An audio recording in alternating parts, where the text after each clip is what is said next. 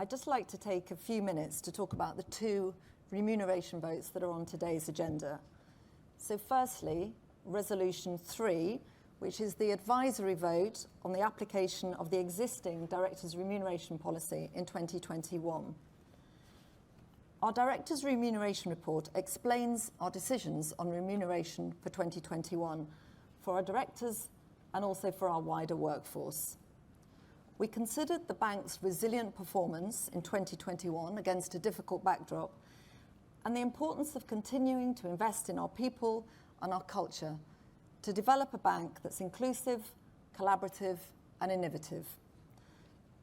Firstly, let me say, to compare the 2021 outcomes against 2020 outcomes is not meaningful due to the material impact of COVID and the fact that Bill and Andy voluntarily waived the cash portion of their annual incentives in 2020. Comparing 2021 against 2019 provides a more meaningful picture. On that basis, the total discretionary incentives pool for 2021 was slightly above 2019, and the annual incentives for Bill and for Andy were slightly below 2019. We have granted salary increases of 2.7% to Bill and to Andy, effective from the 1st of April 2022, in line with the average salary increase for the group's UK workforce and below the 4.8% average salary increase for the group. We considered carefully risk, control and conduct matters, including the PRA fine issued in December 2021, which related to regulatory reporting. Taking into account all factors, we determined that a 7 percentage point reduction should be applied to the group scorecard outcome, which reduced the annual incentives outcomes for Bill, for Andy, and the overall variable pay pool for all employees. So the board recommends that shareholders vote in favour of Resolution 3. This year, we're also putting our new Directors' Remuneration Policy forward to a binding shareholder vote, as set out in Resolution 4. This resolution lays out the framework for directors' remuneration for up to the next 3 years. The committee undertook an extensive review of the existing policy, including consulting with major shareholders and proxy advisors, and our final proposals take into account the valuable feedback that we received.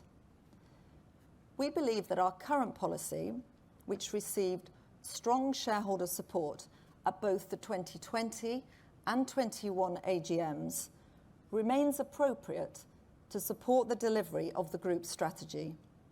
And as a result, we are not proposing significant changes to either the structure or the quantum of Bill and Andy's remuneration. We are proposing 2 amendments to align further with market practice. Firstly, for new executive directors, the pension allowance will be based on the cash element of salary only.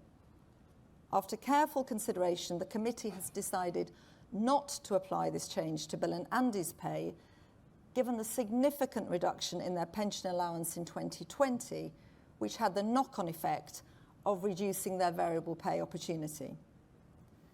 Secondly, we are proposing to increase the post-employment shareholding requirement to 100% for 2 years following the cessation of employment.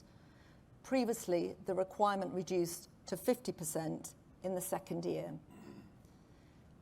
The new policy also retains the flexibility that was included in our 2019 policy for the committee to disapply time proration to LTIP awards in certain specific retirement situations. The committee would only consider this in exceptional circumstances and would provide a clear and full disclosure of the rationale at the time. We believe this provision will allow us, where appropriate, to provide strong alignment to the longer-term experience of shareholders and to ensure that there is an effective transition plan in place. So having listened to feedback following several rounds of consultation, we have proposed a policy that we feel is responsible and is in the long-term interests of the company and its shareholders. And the board recommends that shareholders vote in favour of Resolution 4. And I'll hand back to Jose. Thank you.